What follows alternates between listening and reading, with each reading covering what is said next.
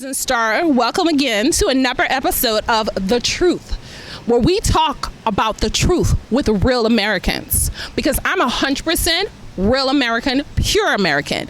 I have real American values. I do things quicker, better, quicker, and let's face it, we all want to make more money. So we're here to talk about gentrification. One, is it real? Or is it just another case of black people complaining, as they always do? Or is it a thing?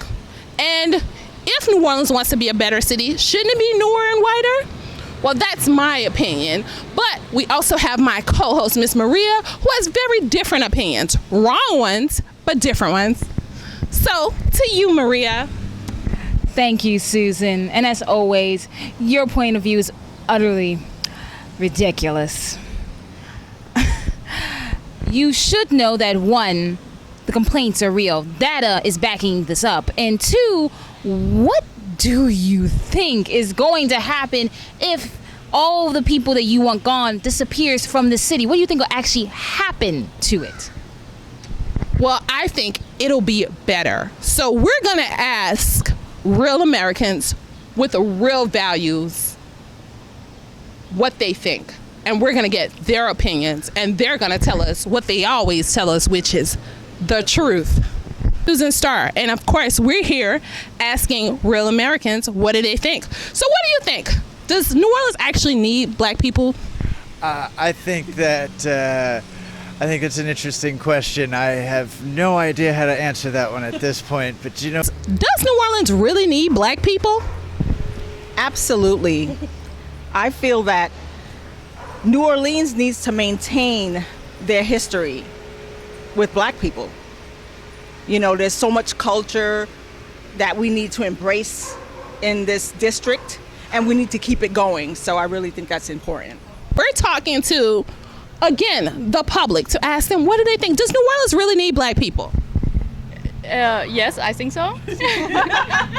To talk about gentrification, and do we really need black people in the city of New Orleans? Of course we need black people. Black people built New Orleans. That's who built New Orleans. And the fact that gentrification is taking over the city is ridiculous. Like, I go to the Night Ward and I'm not outsider now, when in fact the Night Ward was mainly black people at one time. And now you go down there and it's nothing but Caucasian people. It looks like the new Brooklyn. That's what it looks like. Gentrification is fully taking over the city. So we need black people in New Orleans. Well, that's one opinion. Thank you. This is Maria Macalister. And I'm here in New Orleans, a city that for hundreds of years has been a city of culture, a city of love, of warmth, and a city of deep inequity. This is truly a city of two complete faces, and one that has continued on to this present day. One, in fact, that is being crushed by this very story to this very day. This city, its joy, its love of music, its love of food, of everything that saturates it and makes it beautiful. It's part of its resistance and its people. And yet it seems the very city, the very governance and policy seems to agree with the views of my co-host, Susan.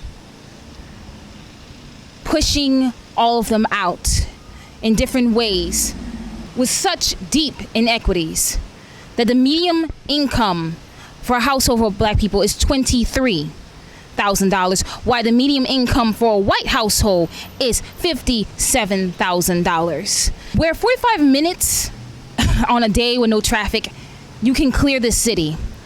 Where the school to prison pipeline is alive and well with Jim Crow as its guide. These deep inequities are in every facet and is crushing the city to its core. This is Maria Macalister telling you the truth. This is Susan Starr, and as she just said, alive with inequities, black people only making $23,000. It's because they're lazy and don't work hard. Let's just be real.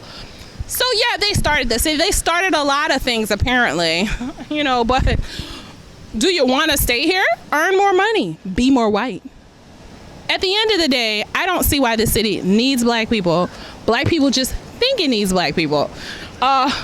Sure, the city doesn't want them here. So sure, they raise the rent, they triple the rent, they don't raise minimum wage to $15 an hour, but that's because they really don't want them here. And I agree with them.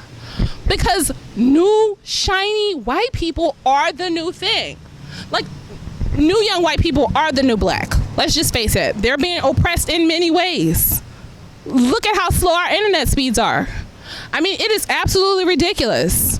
And like all of the problems going on with Facebook and Snapchat is just a problem. Plus, let's not even forget the labels. The labels that millennials get, the labels that new white people get, the label that Teach for America gets. It is un-American. So yes, I am here for a newer, whiter New Orleans. I think that sure, people will not greet you.